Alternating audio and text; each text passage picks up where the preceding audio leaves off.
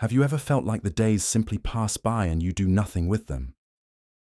This was how Jason lived, a young man with a kind heart, but a weak will. As the sun rose each morning, Jason remained in bed, staring at the ceiling, promising himself that tomorrow he would start something, but that tomorrow never came. His mother, a simple woman full of wisdom, watched him with sadness. Day after day, she tried to encourage him. Jason, time is like water between your fingers. If you don't use it now, it leaves and never returns. But Jason would only smile and say, "I have time, Mum. I'll get started soon." He spent his afternoons sleeping under the tree in the backyard, dreaming of a brilliant future without moving a single finger to build it. While other young people in the village helped at home or learned trades, Jason convinced himself that his moment hadn't arrived yet. But how many opportunities slip away while waiting for the perfect moment? The saddest part was that Jason wasn't a bad person. He was just comfortable, too comfortable. He didn't understand that life doesn't wait, that those who do not move get left behind. And so, without knowing it, he was losing the most valuable asset he had: time. What Jason didn't imagine is that life would soon force him to wake up, because even those who sleep eventually hear the call of destiny. One afternoon, while Jason was resting as usual under his favorite tree, his uncle Miles arrived home, a man with rough hands, a sun-weathered face, and a firm but kind gaze. He had spent the day working on his small farm, laboriously cultivating every corner of the land. Seeing Jason lying there, he sighed deeply and sat down beside him. He said nothing at first, just observed him. After an awkward silence, he spoke calmly, like someone casting a seed into the wind, hoping it might one day bloom. "Jason, do you know who a young man's greatest enemy is? Free time without purpose." Jason shrugged. "I'm just resting, Uncle. It's no big deal." Miles looked at him more seriously. "Resting is good when you've done something that deserves rest. But if every day is just like the one before, if you do nothing with what you have, the moment will come when you want to run, and you'll find you no longer have the strength or a path." His words weren't harsh. They were real, weighted with years of experience, cold dawns, heavy afternoons, and calluses earned with dignity. Work, Jason, is not a punishment. It's what gives value to your days, because he who does not sow can never reap. Jason didn't respond, but that night, for the first time, his thoughts wouldn't let him sleep so peacefully. Something inside him had shifted. The next morning, the village woke up to unexpected news. A wealthy merchant, known for his wisdom and generosity, had arrived with an announcement that echoed in every corner. "I am looking for determined young people. Anyone who learns a useful skill in the next 10 days will have a place in my company." The news spread like wildfire among the youth. It was a real, concrete opportunity. The merchant wasn't looking for degrees or prior experience. He simply wanted to see effort, dedication, and results. A skill, any skill, something made with the hands, the mind, or the heart. Jason's friends rushed off excitedly. Some signed up for carpentry classes. Others started painting, sewing, or cooking. The village filled with life, new sounds, and energy in motion. Jason heard the news while slowly chewing a piece of bread. He felt a strange mix of excitement and fear. He knew this opportunity could change his life, but he also knew he had sown nothing. His mother placed her hand on his shoulder. "There is still time, son. 10 days might not be many, but they can also be everything." But Jason didn't get up. He thought he still had time. 1, 2, 3 days passed, and he continued watching the others from a distance. What he didn't know is that the clock waits for no one, and in that countdown, every second lost was a door closing. While Jason remained immersed in indecision, his friends were already completely submerged in their own paths. Brian, with skillful hands, began to carve wooden figures. Each day, his creations took shape with more precision and beauty. Sarah, passionate about colors, spent hours perfecting her painting technique. Her canvases were already being admired by the neighbors. Even Chloe, who at first didn't know what to do, began to sew with her grandmother's help. In just a few days, she had already made a small bag with delicate embroidery. The village transformed into a living workshop. The sounds of hammers, laughter, brushstrokes, shared ideas. Every corner breathed effort and dreams under construction. Jason, from his usual spot under the tree, watched as his inner self grew restless. There was something in his chest that wouldn't let him be comfortable. Was it envy, shame, or simply the call of something he had always ignored? One afternoon, Sarah passed by him with paint-stained hands and a serene smile. "Jason, you can still join in. It doesn't matter if you don't know where to start, just start." He wanted to say something back, but the words got stuck in his throat. He felt small in the face of so much willpower from others. The days kept passing, fast, silent, inflexible. And then, when the calendar showed only 3 days remaining, Jason finally felt that the ground was no longer firm. The 4th day dawned with a distinct clarity. Jason woke up startled, as if he had awakened from a very long dream. For the first time in a long time, it wasn't the sun that found him sleeping, but he who went out to meet it with a racing heart and a chaotic mind. He looked around and saw the obvious. Everyone was already far ahead. Every young person had advanced so much that their skills spoke for themselves. Sarah's paintings seemed to come to life. Brian's wooden pieces showed precision and soul, and Chloe was already starting to sell her creations among the neighbors. Jason felt a knot in his stomach.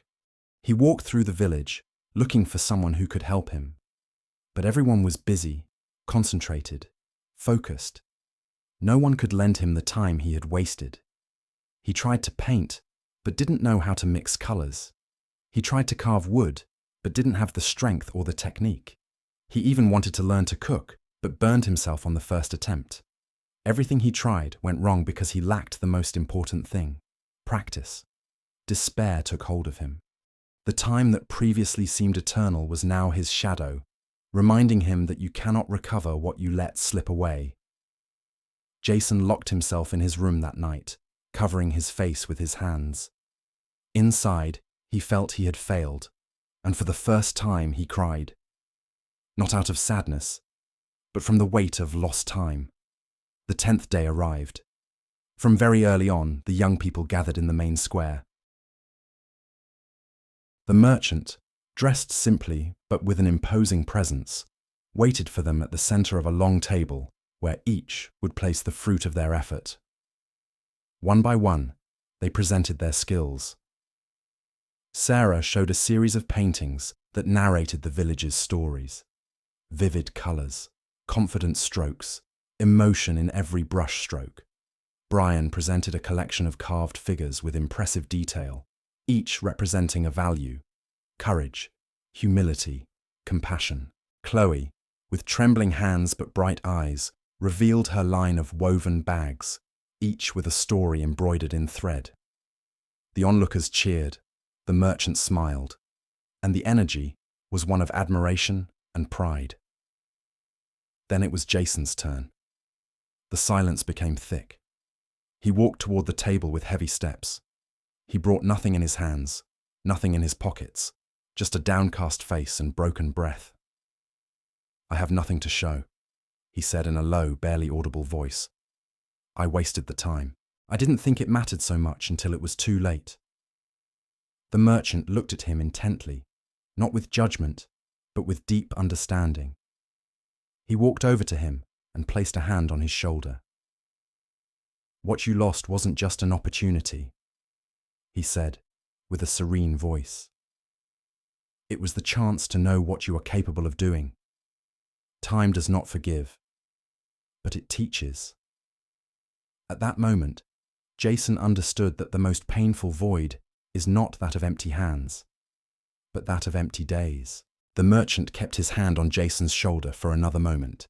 His eyes, deep and serene, did not seek to humiliate but to awaken. He spoke with the same voice a father uses to teach his son the most valuable thing in life. "Son, listen well. Lost gold can one day be recovered, but time, Time never returns. Every hour you let pass without purpose is like a seed you decide not to plant. And when the harvest season arrives, nothing grows for those who did not sow. Jason could barely hold his gaze. His eyes burned, not from the merchant's words, but from the truth they contained. "You are not here to be punished," the man continued. "You are here to understand the pain you feel now. Keep it, make it a fire, not to burn yourself, but to light your path." The entire square was silent. Even the young people who had presented their work listened intently. There was something in his words that touched everyone, a wisdom that went beyond a contest or a job. You chose not to act, but now you can choose never to be still again.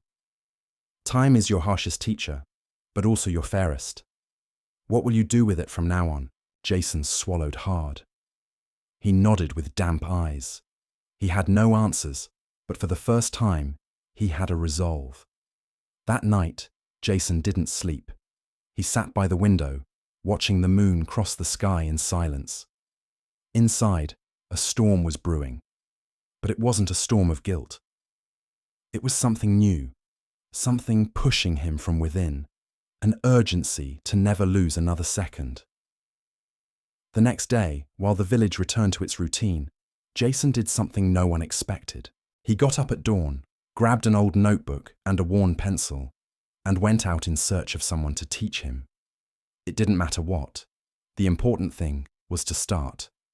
Brian welcomed him with a smile. He showed him how to carve wood without fear. Sarah lent him brushes and taught him to mix colours. Chloe let him see how she sewed with patience and attention. Jason, humble, listened, asked, practiced, and failed many times, but he didn't stop.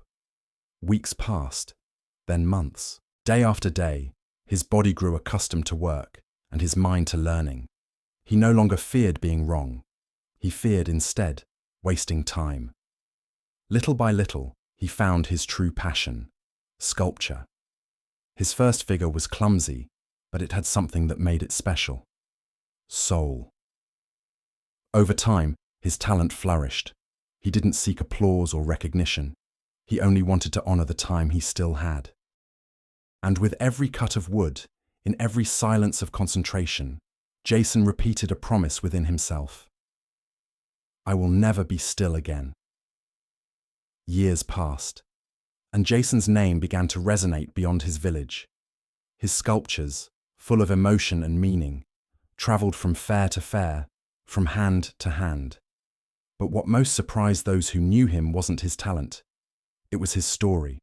Many young people approached him hoping for some secret, some formula for success. Jason always answered them with the same phrase, simple but powerful. Time doesn't wait. You either use it or you lose it. On one occasion, he was invited to give a talk at a school. He stood in front of dozens of teenagers with distracted gazes, perhaps similar to the ones he once had. He took a deep breath and said, "I am not here because I was the best. I am here because one day I decided not to stay where I was.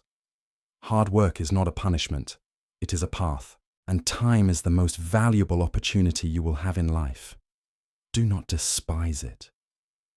When he finished, there was a long silence, one that spoke louder than any applause. That night, as he walked alone through the quiet streets of his village, Jason looked at the sky and smiled, not for what he had won, but for what he had recovered, his own worth. And so ends this story with a reminder that needs no embellishment.